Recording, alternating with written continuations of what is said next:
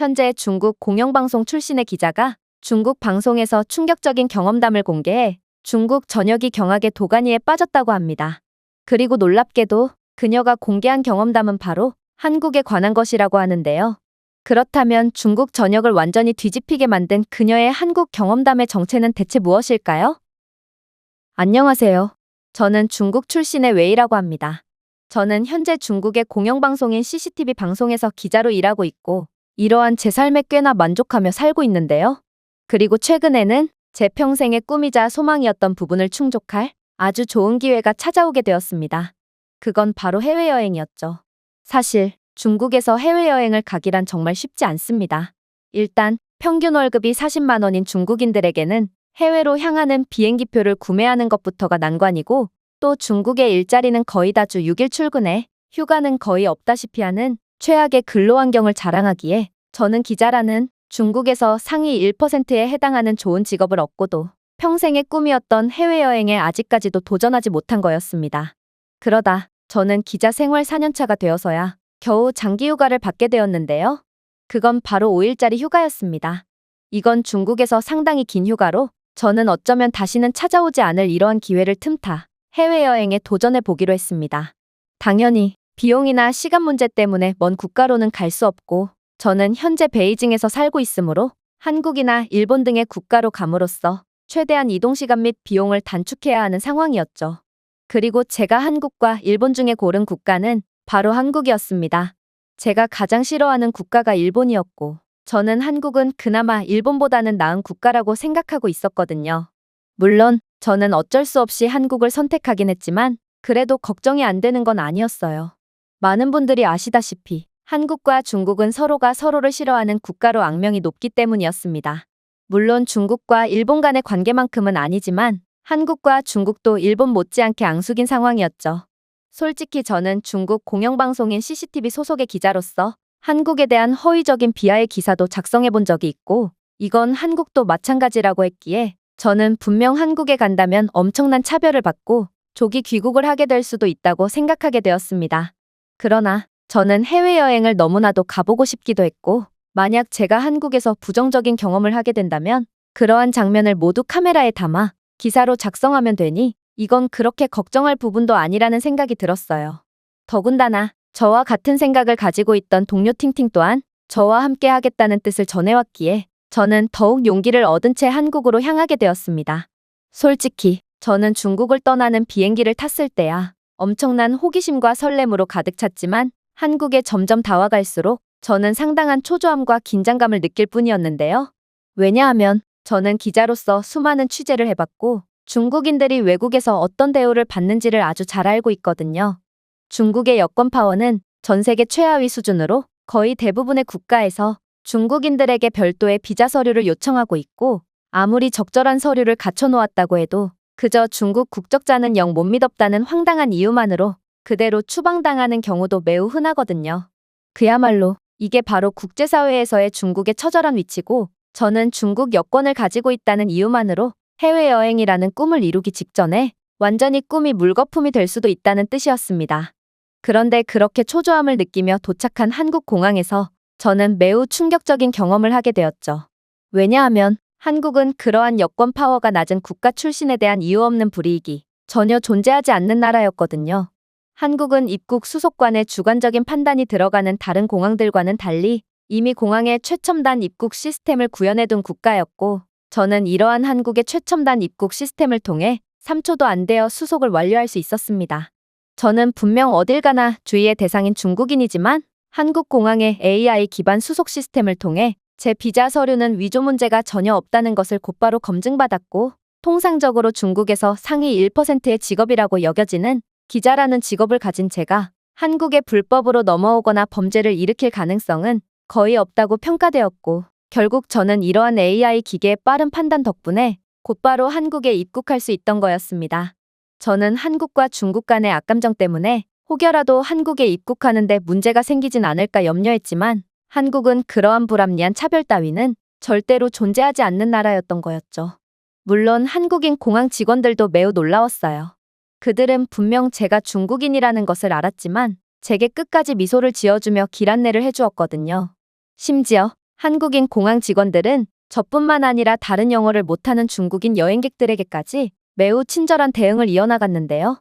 솔직히 중국인들 중 99.9%가 영어를 아예 구사하지 못하고 분명 한국인 공항 직원들은 영어가 전혀 통하지 않는 중국인 여행객들이 매우 답답하게 느껴졌을 텐데도 한국인들은 소통이 원활하지 않더라도 일단 도움을 요청해온 상대에게는 어떻게 해서든 친절하게 도움을 베풀어 주려고 하더라고요. 특히나 직원이 아닌 일반적인 한국인 공항 이용객들마저도 영어를 전혀 못하는 중국인들 때문에 진땀을 빼는 공항 직원들을 보더니 이내 자신들의 시간을 직접 투자해가면서 중국인 여행객들을 목적지에 데려다주는 정말 믿기지 않는 호의를 베풀어 주었기에 저는 도대체 제가 중국에서 들었던 한국인들에 대한 정보는 무엇이었나 싶어 경악을 할 수밖에 없었습니다. 분명 한국인들은 중국인들만 보면 차별을 가하고 어떻게든 곤경에 빠뜨리려고 한다고 했지만 제가 본 한국인들의 모습은 정말 인류애의 정점을 보여주는 것처럼 보였을 정도로 매우 따뜻한 모습만을 보여주고 있었거든요. 중국 공항에서는 외국인 담당 직원조차 없어서 중국어를 못하는 외국인이라면 공항 직원의 도움을 아예 받을 수가 없는데요. 물론 중국인들은 절대로 대가 없이 친절을 베풀지 않고 친절을 베푸는 척 먼저 다가오는 사람들은 전부 사기꾼이라고 봐도 무방하지만 한국은 그러한 중국과는 완전히 다른 문화를 가지고 있는 모양이었습니다. 하지만 제가 한국 공항에서 가장 충격을 받았던 부분은 따로 있었습니다. 그건 바로 인천공항 내부에는 웬 주인 없는 캐리어들이 널브러져 있나 싶었더니 알고 보니 이러한 캐리어들은 전부 사람 대신 줄을 서는 목적으로 널브러져 있는 거였거든요. 한국인들은 버스를 타야 하는 경우 등 뭔가를 기다려야 하는 경우 사람 없이 오직 캐리어만 덜렁 놓아두고 자신은 커피를 구매하러 가거나 화장실에 다녀오는 등 중국에서는 절대로 해선 안 되는 믿기지 않는 행동까지 서슴지 않고 있더라고요. 그런데 놀라웠던 건 한국인들 중 그 누구도 이러한 주인 없는 캐리어를 건들지 않았다는 것입니다. 중국에서는 이러한 주인 없는 짐을 노리고 다니며 사람들의 실수를 이용해 이익을 보고 있는 전문적인 직업까지 존재하는 상황인데 도대체 어떻게 한국은 자신들의 귀중품들이 들어있는 캐리어를 주인 없이 방치하고도 아무런 일도 일어나지 않을 수가 있는 건지 저는 이러한 한국의 말도 안 되는 수준의 시민의식의 모습에 완전히 할 말을 잃고 말았는데요. 저는 분명 중국에서 한국인들은 악마쯤으로 인식하고 있었는데 직접 겪은 한국은 이곳보다 천국이 없을 정도로 매우 선진적이고 따뜻한 모습을 자랑하고 있었습니다. 그러나 팅팅은 그렇게 입을 떡 벌리고 있는 제게 다소 초를 치는 말을 건네오더군요. 웨이, 정신 좀 차려? 물론 한국은 생각보다 우수한 나라임에는 틀림이 없지만 이곳은 관광객들이 즐비해 있는 공항이라는 사실을 잊지 마. 중국의 공항을 좀 떠올려봐. 중국의 공항 등에 외국인들이 몰리는 곳에는 정부 차원에서 보여주기식 인프라와 시스템을 설치해둔 상태잖아. 그러니 한국도 마찬가지일 거야. 우리가 본 한국의 선진적인 점들은 죄다 한국이 정부 차원에서 선전용으로 꾸며놓았거나 전문 배우를 고용해서 선진국 시민인 척 호의를 베푸는 척을 하고 있을 뿐이겠지. 팅팅의 말이 완전히 허무맹랑한 것도 아니었습니다. 저는 나름 공영방송의 기자로 다른 중국인들과는 달리 나름 세계를 객관적으로 볼 수 있는 많은 기회가 주어졌거든요. 그런데 이러한 한국의 모습은 도저히 납득이 안 될 정도로 선진적이었고 저는 아무래도 제가 한국 공항에서 경험했던 것들은 어느 정도 가짜일 수도 있겠다고 생각할 수밖에 없었습니다. 그런데 공교롭게도 저희에겐 곧 한국의 진짜 모습을 엿볼 수 있는 기회가 주어지게 되었습니다. 바로 저희가 그렇게 공항을 빠져나가려던 찰나 팅팅이 외마디 비명을 내지르며 자신의 지갑이 보이지 않는다며 절규하기 시작했거든요. 사실 팅팅은 한국에 대해 특히나 회의적인 태도를 가졌던 녀석으로 그녀는 한국은 제대로 된 카드 결제 시스템조차 없는 국가일 거라며 자신의 몇 달치 월급을 지갑에 현금으로 고스란히 갖고 다녔는데요. 그러면서 한국인들이 자신의 지갑을 훔칠지도 모르므로 언제나 조심을 해야 한다며 늘 손으로 지갑을 꽉 쥐고 다니곤 했어요. 그런데 아이러니하게도 그녀의 그러한 과한 주의는 결국 화장실에 갔다가 지갑을 화장실에 그대로 놓고 오는 비극적인 결말로 이끈 것입니다. 팅팅은 완전히 망했다며 그 돈이 없으면 당장 월세 낼 돈조차 남지 않게 된다며 비명을 질렀고 이내 그 자리에 주저앉아 오열을 하기 시작했는데요. 하지만 저희가 할 수 있는 건 아무것도 없었습니다. 중국에서는 가만히 들고 있는 지갑마저 소매치기로 빼앗겨버릴 정도로 치안이 형편없으므로 이렇듯 잃어버린 지갑을 다시 되찾는 경우는 절대로 있을 수가 없거든요. 그리고 팅팅도 자신의 지갑을 되찾을 가능성은 0%라는 것을 잘 알고 있었는지 자신이 지갑을 잃어버렸던 화장실로 되돌아가 볼 생각조차 안 하더라고요. 그런데 팅팅이 눈물을 흘리자마자 웬 한국인 한 명이 저희에게 다가오더니 이내 유창한 영어를 구사하며 충격적인 말을 건네오는 거 아니겠어요? 지갑을 잃어버리셨다고요? 그런데 그게 눈물까지 흘릴 정도로 슬픈 일인가요? 처음에 저는 그녀가 저희가 중국인인 것을 눈치채고 조롱을 하려고 말을 건 줄 알았습니다. 하지만 그녀는 한국은 분실물을 그대로 되찾을 수 있는 전 세계에서 몇 안 되는 국가라는 말을 건네더니 지금 지갑을 잃어버린 곳으로 가보면 곧바로 잃어버린 지갑을 되찾을 수 있을 거라는 도저히 믿지 못할 말을 건네오는 거 아니겠어요? 이건 도대체가 말이 안 되는 소리였습니다. 아니, 아무리 한국이 남의 물건에 손을 안 대는 국가라고 해도 팅팅의 지갑은 현금 뭉치로 꽉 차 있었기에 딱 봐도 매우 탐이 나 보이고 그 정도로 어마어마한 양의 현금을 보고도 그냥 지나치는 사람은 절대로 없을 것 같았거든요. 하지만 그렇게 속는 셈 치고 다시 가본 화장실에서 현금이 수북하게 들어있는 팅팅의 지갑은 마치 인천공항 곳곳에 널브러져 있는 주인 없는 캐리어처럼 잃어버린 그대로 방치되어 있었고 그곳 화장실은 특히나 유동인구도 많은 곳이었기에 저희 모두는 이러한 한국의 비현실적인 모습에 완전히 경악을 할 수밖에 없었습니다. 특히나 자신은 망했다며 오열을 하던 팅팅은 이건 도저히 말이 안 된다며 줄줄 흐르는 자신의 눈물과 콧물을 채 닦지도 않고 저희에게 조언을 건넸던 한국인 여성을 붙잡고 다소 황당한 질문까지 쏟아내더라고요. 당신은 한국 정부에서 고용한 연기자인 거죠? 분명 한국인들은 중국인들을 싫어한다고 들었는데 이렇게 제게 도움을 주는 상황은 도저히 말이 안 돼요. 하지만 팅팅의 콧물이 한국인 여성의 옷소매에 그대로 묻었음에도 이 한국인은 그저 친절한 미소만을 보내며 충격적인 답변을 해오는 거 아니겠어요? 글쎄요, 이게 연기까지 할 정도로 그렇게 대단한 일인가요? 저는 중국에 가본 적이 없어서 중국에 대해서는 잘 모르겠지만 곤경에 처한 남을 도와주는 것과 잃어버린 분실물을 찾는 것은 한국에서는 너무나도 당연한 일이에요. 한국인들은 절대로 남의 물건에 손을 대지 않거든요. 또한 한국인들이 중국을 싫어하는 건 어느 정도 맞는 말이긴 해요. 그러나 저희는 한국에 대한 역사를 왜곡하고 거짓말로 한국을 깎아내리는 중국인들을 싫어하는 거지 일반적인 중국인들까지 싫어하지는 않아요. 만약 당신들이 그런 부류의 사람이었다면 당신들은 한국에 오지도 않았겠죠. 그리고 어떻게 한국에 온 손님을 푸대접으로 응대할 수 있겠어요? 한국인들은 절대로 이유 없이 불친절을 보이는 사람들이 아니니 당신들이 정상적인 사고방식을 가진 사람들이라면 걱정 말고 한국을 즐기세요. 저는 이 한국인의 대인배적인 면모에 깜짝 놀라고 말았습니다. 그리고 저는 이러한 손님들에게 환대를 해주는 한국의 대인배적인 문화야말로 중국이 꼭 배워야 할 부분이라고 생각했기에 이러한 한국의 선진적인 모습에 감동마저 느꼈죠. 그렇게 저희는 택시를 이용하기 위해 공항 근처의 택시 정류장으로 향했습니다. 하지만 그렇게 앱을 이용하여 택시 예약에 성공해서 택시를 탑승하기 직전 팅팅은 또다시 외마디 비명소리를 내질렀죠. 젠장, 깜빡하고 이름을 안 바꾸고 말았어.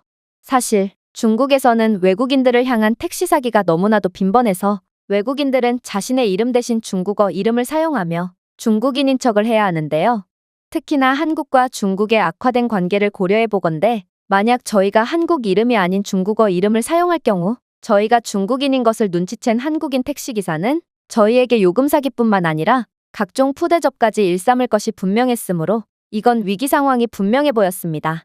그래서 저는 그 즉시 택시 호출을 취소하고 이름을 바꾼 뒤 다시 예약을 하려고 했으나 이미 택시는 도착해버린 거 아니겠어요? 결국 저희에겐 선택지 따위는 없게 되어버렸고 저는 공항에서의 경험처럼 기적이 발생하길 기도하며 그렇게 도살장에 끌려가는 소가 된 기분으로 택시에 탑승하게 됩니다. 그리고 저희는 택시에 탑승하자마자 충격적인 경험을 하게 되었죠. 왜냐하면 한국인 택시 기사는 저희가 중국인임을 알고도 매우 친절하게 저희를 맞이해 주었거든요. 심지어 어떻게 된 게 한국에서는 택시기사조차 매우 유창한 영어 실력을 자랑하고 있었는데요. 그는 공항에서 영업을 하는 택시기사는 마땅히 영어를 할 줄 알아야 하는 게 당연하지 않냐며 매우 전문적인 영어 실력과 운전 솜씨로 저희를 맞이해 주었고 또한 그는 주행 중에 한국의 랜드마크 건물이나 관광지가 보일 때면 저희에게 영어로 친절한 설명까지 건네주었기에 저는 이러한 생각지도 못한 한국인들의 친절에 정말 깜짝 놀랄 수밖에 없었습니다. 중국인 택시 기사에겐 당연히 영어 응대는 기대할 수가 없고 승객의 의사도 묻지 않고 차 안에서 담배를 피우는 게 기본이거든요. 하지만 한국의 택시기사는 중국인인 저희에게도 생각지도 못한 친절을 베풀었으며 그가 소개해주는 도로를 따라 보이는 한국의 랜드마크 건물들은 하나같이 깔끔하고 세련되었기에 저는 이러한 흠잡을 데가 전혀 없는 한국의 모습에 연신탄성을 내지를 뿐이었습니다. 그러나 오직 팅팅만은 연신 표정을 구긴 채 뭔가 초조해하는 기색이 역력했어요. 그리고 제가 팅팅의 이러한 다소 이해가 되지 않는 태도에 의문을 표하자 팅팅은 충격적인 대답을 해오기 시작했죠. 웨이, 너는 중국에서 대가 없는 친절을 받아본 적이 있어? 아까는 공항이라서 그렇다고 해도 택시에서 마저 이러한 호의를 받는 건 너무나도 이상해. 아무래도 이 택시기사는 우리에게 추가금을 청구하기 위해 친절을 베푸는 것 같아. 애초에 이동 경로를 좀 봐. 이 한국인 택시기사는 앱에 표시된 이동 경로와 완전히 다른 경로로 가고 있잖아. 그는 친절한 설명을 건네는 척하면서 우리의 정신을 쏙 빼놓은 다음 잘못된 길로 돌아가며 우리에게 과다요금 청구를 할 게 분명해. 애초에 한국인이 중국인인 우리에게 친절을 베풀어주는 것 자체가 말이 안 됐던 거라고. 정말로 그녀의 말처럼 한국인 택시기사는 앱에 표시되어 있는 예상 경로와는 달리 더욱 오래 걸리는 것처럼 보이는 길로 돌아가고 있었는데요.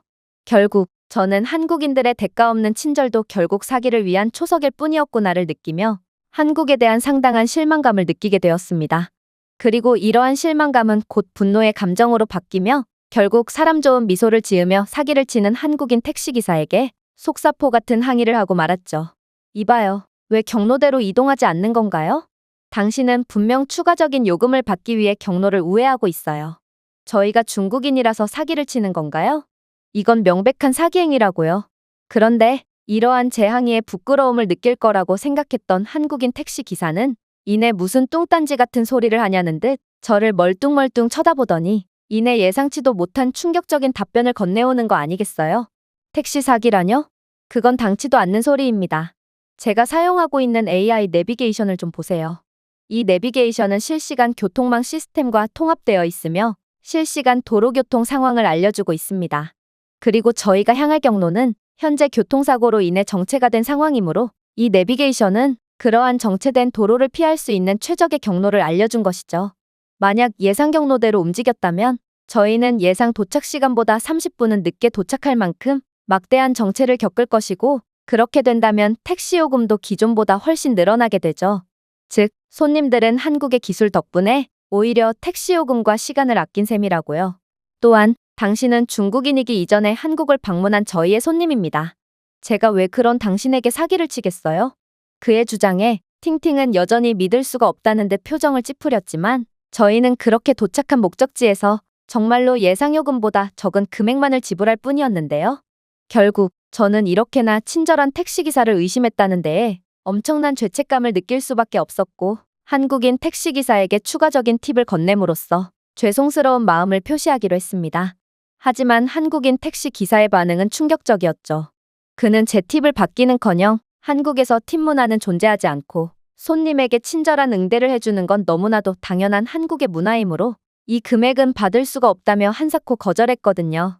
결국 팅팅은 자신의 의심으로 인해 엄청난 신뢰를 저질렀다는 것을 인지한 채 그렇게 한국인 택시기사의 손을 붙잡고 눈물을 터뜨리고 말았고 한국인 택시기사는 그런 팅팅에게 괜찮다며 등을 토닥여주더니 이내 택시 내부에 비치되어 있던 웰컴 사탕을 한 움큼 쥐어주고 그대로 떠나버렸습니다. 그런데 그렇게 한국의 따뜻한 휴머니즘에 감동을 느끼며 눈시울을 붉히던 그때 저희에게 경악을 금치 못할 일이 일어나기 시작했어요. 바로 한국인 경찰이 난데없이 저희에게 다가오더니 이내 저희에게 여권을 요구했거든요. 저는 순간적으로 매우 긴장하고 말았는데요. 물론 한국인들 개개인은 매우 친절하다는 것을 몸소 느낀 저였지만 한국의 공권력은 별개의 문제였거든요. 저는 혹여나 저희가 중국인이라는 이유로 불이익을 당하는 것 아닌가 싶어 덜덜 떨리는 손을 애써 진정시키며 중국 여권을 건넸는데요. 그런데 저희의 중국 여권을 유심히 들여다보던 한국인 경찰은 이내 놀라운 말을 건네오는 거 아니겠어요? 저는 당신들이 눈물을 흘리는 모습을 보고 달려왔습니다. 혹시 방금 전에 탑승했던 택시에서 무슨 일을 겪은 건가요? 한국에서는 그 누구도 불합리한 일을 당해선 안 되고 저희는 그러한 불합리한 상황을 막고자 최대한의 노력을 기울이고 있습니다. 맙소사, 한국 경찰은 오히려 저희를 돕고자 달려온 거라니 이건 뇌물 없이는 절대로 돌아가지 않는 중국의 경찰 시스템과는 완전히 다른 상황이었고, 결국 저는 한국에서 완전히 안정감을 느낀 채 이 나라는 차별과 냉대가 아닌 사랑과 따뜻한 온정만이 존재하는 국가라는 것을 완전히 느낄 수 있었습니다. 물론 그렇게 본격적으로 돌아다녀 본 한국의 관광지들도 최고였죠. 일단 저희는 경복궁으로 먼저 향하게 되었는데요. 그런데 경복궁은 중국의 자금성을 그대로 따라한 모조품이라는 중국의 일반적인 주장과는 달리 한국의 경복궁은 놀라울 만큼 독자적이고 아름다운 모습을 자랑하고 있는 거 아니겠어요? 경복궁은 중국의 고대 건축 디자인에서는 찾아볼 수 없는 부드럽게 구부러진 지붕선을 가지고 있었고, 자연에서 영감을 받은 듯한 부드러운 패턴의 단청 색상을 채택하고 있었는데요. 심지어 만약 경복궁이 중국의 영감을 받았다면 해태와 같은 중국 건축물에서나 볼 법한 장식물들이 사용되었어야 했지만 경복궁에는 그저 한국의 수호신들만이 장식되어 있을 뿐이었습니다. 결정적으로 경복궁은 자금성보다 20여 년이나 먼저 지어졌다고 했는데요. 여기에 조선은 동아시아에서 가장 실력 좋은 장인들을 보유하고 있었다고 알려져 있고, 중국의 명나라는 한국의 장인들과 자주 교류했다는 역사적인 증거까지 남아있는 상황이기에 아무래도 중국인들이 주장하는 경복궁은 자금성의 모조품이라는 말은 새빨간 거짓말이며, 오히려 자금성이 한국의 경복궁을 따라한 아류작이 분명해 보였죠. 팅팅 또한 이러한 한국 궁궐의 아름다움과 독자적인 독창성을 완전히 인정했을 만큼 저희는 어쩌면 한국과 중국 간의 관계 악화의 주범은 중국 쪽에 있을 수도 있겠다는 생각을 하게 되었습니다. 한국인들은 원조인 경복궁을 가졌음에도 자금성이 경복궁의 아류작이라는 주장을 일절하지 않고 있었고, 애초에 중국에 대한 관심조차 아예 없어 보였지만 정작 중국인들은 한국은 문화 도둑국이라며 날뛰고 있는 상황이거든요. 그러나 그러한 한국 문화의 아름다움에 대한 사색도 잠시, 저는 곧 두 눈을 의심할 정도로 충격적인 장면을 목격하게 되었습니다. 그건 바로 경복궁의 연못인 경회로에서 웬 상의를 탈의한 동양인 남성들이 경회로 안에 물고기들을 죄다 뜰 채로 건져서 가방에 담아가고 있었거든요. 사실 저는 이 장면을 보자마자 이들의 정체를 눈치챌 수밖에 없었습니다. 중국에서는 이렇듯 나라 소유의 연못에서 불법적으로 관상용 물고기를 잡아서 인근 노점상이나 식당에 판매하는 전문적인 직업까지 존재하는 상황이거든요. 중국의 노점상은 이러한 관상용 물고기를 음식으로 만들어 판매하고 있는 상황이므로 저는 중국의 노점상에서만큼은 생수조차 구매하지 않습니다. 그런데 중국인들은 남이 나라에까지 와서 이러한 상상을 초월하는 민폐 행동을 하고 있다니, 저는 이러한 믿고 싶지 않은 수준 낮은 중국의 현실에 완전히 넋을 놓고 말았죠. 특히나 저보다도 애국심이 투철했던 팅팅은 이건 절대로 중국인이 아니라면서 아무래도 한국인이라고 다 매너가 좋고 수준이 높은 것은 아닐 거라며 저 사람들은 죄다 한국인이라며 우겨대기 시작했는데요.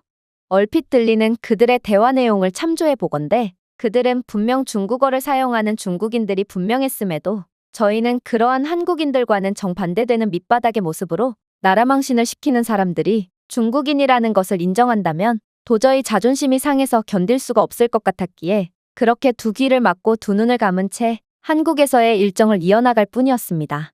하지만 일정을 이어나갈수록 이상한 상황들은 계속해서 일어날 뿐이었어요. 일단 저희가 다음 일정을 소화하기 위해 지하철을 탑승했을 때의 일이었는데, 분명 지하철을 탔을 때만 해도 상당한 시민의식 수준을 보여주던 한국인들은 특정 역을 지나자마자 완전히 돌변하기 시작했거든요.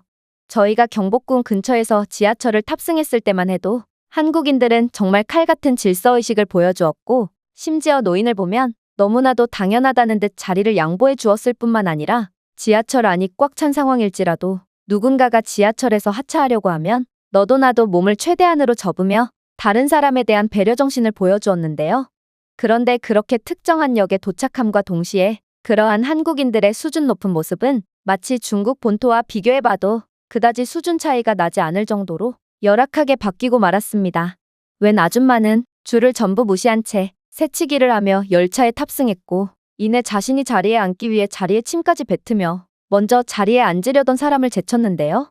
또한 이들은 사람들이 열차에서 채 내리기도 전에 먼저 열차에 탑승했고, 사람들이 열차에서 하차하려고 해도 조금도 비켜주지 않아 몇몇 사람들은 제때 하차하지 못해 결국 열차에 갇혀버리기도 했죠. 이건 분명 중국 지하철에서나 볼 법한 일이었기에 저는 갑작스럽게 수준이 낮아져 버린 한국인들의 모습에 당황스러움만을 느낄 뿐이었습니다. 아무튼 저희 또한 하차를 할 정류장이 아니었음에도 옆 사람을 전혀 배려하지 않고 자신이 하차하기 위해 다른 승객들을 손으로 밀고 때리는 막무가내의 지하철 승객무리 때문에 어쩔 수 없이 등 떠밀려 이곳 지하철역에 하차하게 되었습니다. 그래도 저희는 긍정적으로 생각하기로 했고 이왕 내리게 된 김에 이곳을 조금 둘러보기로 했죠. 하지만 그렇게 지하철역 정류장에서 나오게 된 저희는 그야말로 경악을 하며 그 자리에서 주저앉을 수밖에 없었습니다. 왜냐하면 지하철역 주위는 온갖 간판들이 전부 한자로 적혀 있었고 이곳을 지나는 사람들도 죄다 중국어를 사용하고 있었거든요. 그랬습니다.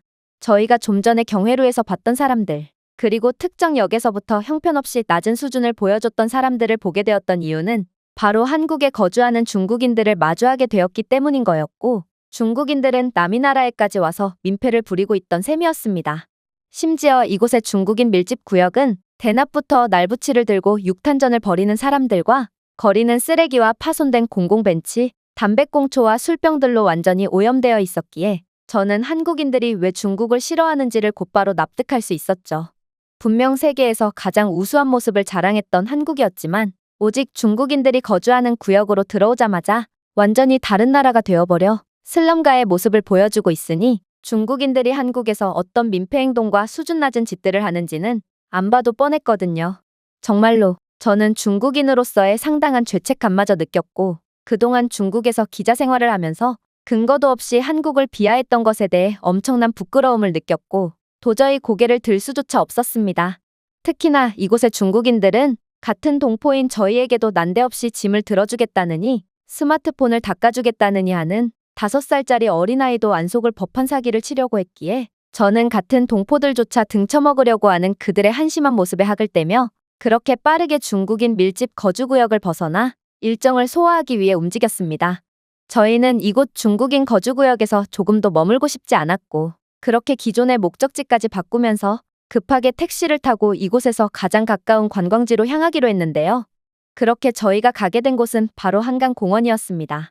저희는 이렇듯 도시 한가운데 있는 거대하고도 깨끗한 강과 평화로운 공원은 난생 처음 봤고 그렇게 근처 편의점으로 향한 뒤 한강 라면과 중국에서 유명하다는 각종 한국 편의점 간식들을 구매한 뒤 한강의 경치를 넋놓고 구경했는데요. 정말로 저희는 서로 단 한마디도 주고받지 않고 그저 간식과 한강의 평화로운 경치를 즐겼을 정도로 한강은 그냥 존재 자체만으로도 엄청난 콘텐츠가 되어주었습니다. 그렇게 시간은 빠르게 흘러갔고 날은 금세 어두워져 밤이 되었어요. 그리고 밤의 한강은 더더욱 경이로웠죠. 정말로 낮의 한강과 밤의 한강은 완전히 다른 매력을 보여주더라고요. 한국은 밤에도 무척이나 안전한 치안 선진국인지 한강 공원에는 평화로운 산책을 하며 한강을 따라 이동하는 무리들이 있었고 한강 공원에는 어린아이부터 해서 노인들까지 가족 단위의 사람들이 자신들만의 평화로운 하루를 마무리하고 있었는데요. 강은 너무 고요해서 도시 스카이라인 전체를 반사하여 마치 도시가 물 위와 아래 모두 존재하는 것처럼 이중세계 효과를 만들어내고 있었을 뿐만 아니라 다리들은 빛나는 사슬처럼 한강을 가로지르며 불빛이 깜빡이는 효과와 더불어 조화롭게 춤을 추는 것 같은 느낌마저 자아내더군요. 산들바람이 불며 윙윙거리는 소리, 한강공원 어디선가 들려오는 음악소리, 소풍을 즐기고 있는 한국인 가족들의 조용한 웃음소리, 그리고 거리 공연자의 기타 소리가 희미하게 울려 퍼지는 밤의 한강은 정말 꿈속을 걷는 것 같은 느낌마저 자아냈는데요. 이건 혼란과 오염, 사기와 범죄만이 벌어지고 있는 중국의 밤 공원과는 차원이 다른 모습이었고 저는 아름답기만 한 것이 아니라 평화롭고 낭만적이며 생명력이 넘치는 밤의 한강 공원에서 그저 넋을 놓은 채 허공을 바라보기만 할 뿐이었습니다. 물론 남산타워도 최고의 경험을 선사해 주었죠. 밤의 한강을 한껏 즐긴 저희는 너무 아쉬워서 도저히 이대로는 숙소로 돌아갈 수 없겠다고 생각했고 그렇게 남산 서울타워로 향하게 되었는데요. 그런데 남산타워의 숨막히는 360도 스카이라인은 저를 완전히 패닉 상태에 이르게 했고 남산의 정상에 올라 남산 서울타워 전망대에 오를 때에 그 숨이 멎는 듯한 기분은 정말 말을 제대로 이을 수 없을 정도로 경이로운 감정만이 들었습니다. 제 아래로 서울 시내 전체가 펼쳐져 있고 지평선 너머로 끝없이 펼쳐진 황금빛과 하얀빛의 바다가 펼쳐진 모습은 정말 지금까지도 머릿속에 생생할 정도로 장관이었거든요. 한강은 녹은 리본처럼 반짝이며 대도시를 가로지르고 있었고 고대 궁전과 미래형 고층 빌딩의 대조는 과거와 현재를 잇는 다리처럼 느껴지면서 저를 완전히 매료시켰는데요. 한국의 깊은 역사와 최첨단 현대성이 너무나도 쉽게 공존하는 모습을 보니 서울은 그저 단순한 도시가 아니라 빛과 움직임에 살아있는 유기체처럼 느껴지게 했습니다. 정말 이상했어요.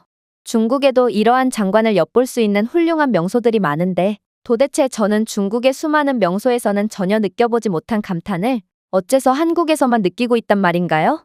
그러나 조금만 더 생각해 본 결과 저는 그 이유에 대한 해답을 찾을 수 있었습니다. 그건 바로 사람들 때문이었어요. 중국 명소들의 새치기와 사기가 난무하고 중국인들의 시끄러운 고성과 악취를 풍기는 음식물 쓰레기 냄새, 그리고 여기저기서 벌어지고 있는 육탄전의 모습은 한국에서는 전혀 볼 수가 없었고 한국인들은 언제 어디서나 수준 높은 시민의식을 보여주며 명소를 더욱 빛내고 있었거든요. 정말로 한국인들은 어린아이들마저 저희가 중국인이든 아니든 전혀 신경 쓰지 않고 말이 안 통하는 저희에게 자물쇠를 구매하는 법을 알려준다거나 하며 끝까지 저희에게 친절한 관심을 가져주었고 이러한 그들의 모습은 중국의 어른들보다 훨씬 더 수준이 높다고 볼 수 있었죠. 그렇게 저희의 한국 여행은 생각보다도 훨씬 강력한 기억만을 선사해준 채 마무리되었습니다. 비록 저희는 해외여행을 오직 한국밖에 가보지 못했지만 한국은 세계에서 가장 아름다운 국가임을 완전히 인정할 수밖에 없었고 저희는 한국인들이 중국인인 저희를 친절하게 대해준 것만으로도 엄청난 감동을 받을 수밖에 없었는데요.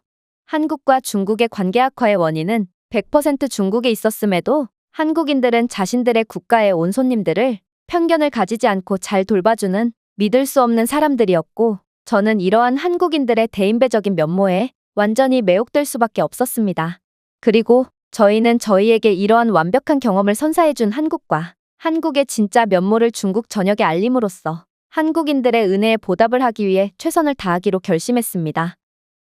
제가 준비해온 내용은 여기까지입니다. 끝까지 시청해주셔서 진심으로 감사드리며 여러분들의 구독과 좋아요, 알림 설정은 영상 제작에 큰 힘이 됩니다. 이상 세모튜브였습니다.